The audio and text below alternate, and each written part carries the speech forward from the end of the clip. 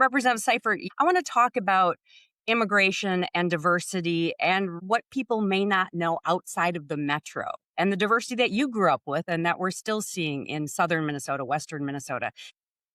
Yeah, sure, Mary. Immigration is not a new issue to Minnesota, nor is it to my area. I grew up in the 1970s and 80s in Redwood County. You know, we picked cucumbers in our fields, and we had people from Texas and Mexico right across the field from us that were doing the same work we were. And it was legal. It was mainly green cards and work visas. And I wonder the system that worked in the 1970s, like what happened? But I would say that there has to be some type of fix to the system because it seems like pendulums swing back and forth. I do believe that a lot of people felt the immigration system was broken. And how do we get to a situation where it's fixed? Yeah, and the pendulum now, latest polling data, is swinging far the other way. By far majorities, many, almost 2/3 of at least Minnesotans, and in some polls, Americans are saying ICE action and immigration action is now really swinging against the president, against Republicans. This doesn't look like it's faring well, at least for Republicans in Minnesota. Are you worried for Republicans in your party?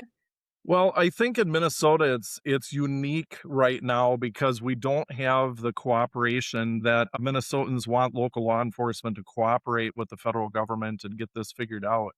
And it's just not happening. And so you see this chaotic whistleblowing and so forth, and people are like, "Hey, I want normalcy." And people in Minnesota who want normalcy are seeing abnormal behavior where there's kind of a daily ruckus of the immigration issue. I think it will get figured out here soon. So The Northland has a border, Tony Sertich, with Canada, right? Why don't we hear from the Northland as much on these issues of immigration?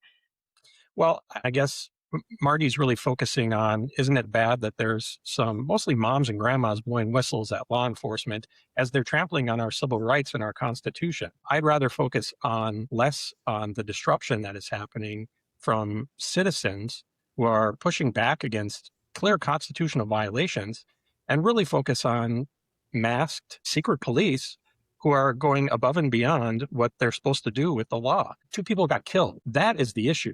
I see a big breakdown in trust in our government. We are seeing with our own eyes because of the media and everyday citizens who pull out a cell phone and can record what's happening and seeing that what their government, what their federal government is telling them is a lie.